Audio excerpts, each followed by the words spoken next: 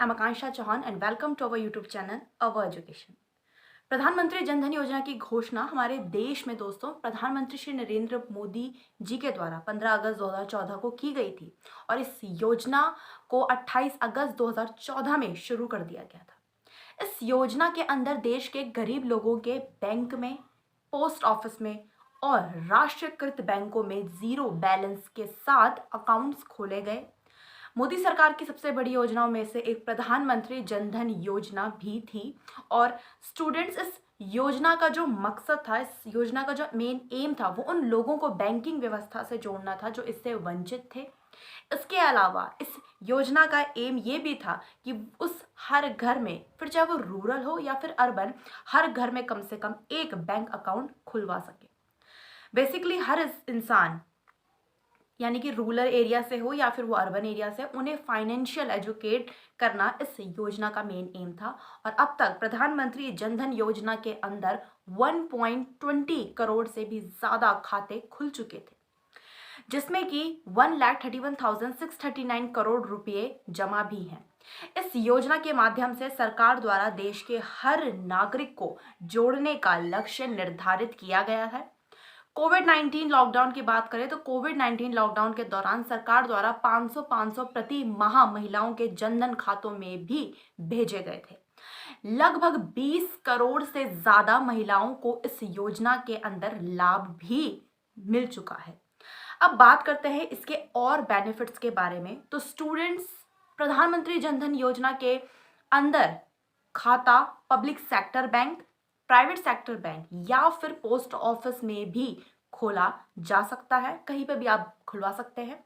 अगर आपके पास कोई और सेविंग अकाउंट है तो आप उसे भी जनधन खाते में कन्वर्ट कर सकते हैं। भारत का कोई भी नागरिक जिसकी जो उम्र है 10 वर्ष है या फिर उससे अधिक है, वो अपना जनधन खाता खुलवा सकता है। इस योजना के माध्यम से देश के ज़्यादा से ज़्यादा नागरिकों को बैंकिंग सिस्टम से जोड़ा जा सकता है और यही उनका गवर्नमेंट का मेन एम भी है।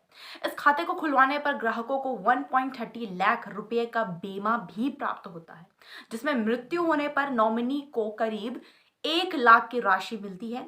साथ ही इस योजना के अंतर्गत 30,000 का सामान्य बीमा भी शामिल है।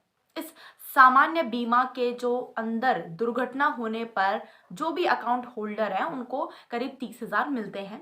15 दिसंबर 2021 तक दोस्तों इस योजना के अंदर करीब 40 करोड़ से ज़्यादा अकाउंट खुल चुके हैं, जिसमें से 55% अधिक खाते सिर्फ और सिर्फ महिलाओं के ही हैं, जो कि एक बहुत ही बड़ी और अच्छी डेवलपमेंट इस योजना की रही है।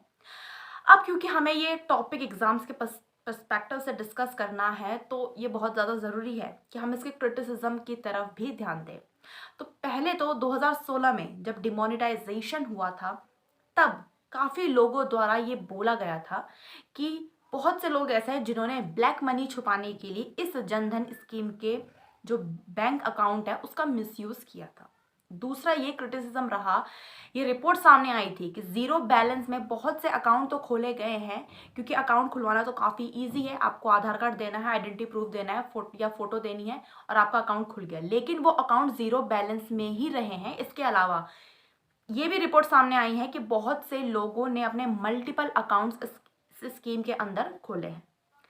इसके अलावा बैंकिंग इंफ्रास्ट्रक्चर में भी क्रिटिसिज्म किया गया और ये एक चैलेंज भी है कहीं ना कहीं अगर देखा जाए तो गवर्नमेंट के लिए, क्योंकि बहुत से ऐसे रूरल एरियाज़ हैं जहाँ पर बैंकिंग इंफ्रास्ट्रक्चर बहुत ही खराब है, बहुत ही ज़्यादा बेकार है। इसके अलावा गवर्नमेंट का रूरल एरिया में स्पेशली बैंक अकाउंट खोलने का एक और रीज़न डिजिटल लिटरेसी भी था, ताकि वो सभी लोगों को डिजिटल पेमेंट से जोड़ सके। लेकिन जैसे कि मैंने आपको अभी ऊपर बताया कि इसमें ज़्यादातर अकाउंट यानी कि रूरल एरिया में 55% जो अकाउंट है वो औरतों के ही खोले गए हैं। तो उन्हें इतनी नॉलेज है कि वो डिजिटल पेमेंट कर सके। आज के टाइम पे एक अच्छा खासा इंसान भी ऑनलाइन फ्रॉड में फंस जाता है। तो यहाँ रूरल एरिया की विमेंस के बारे में बात हो रही है।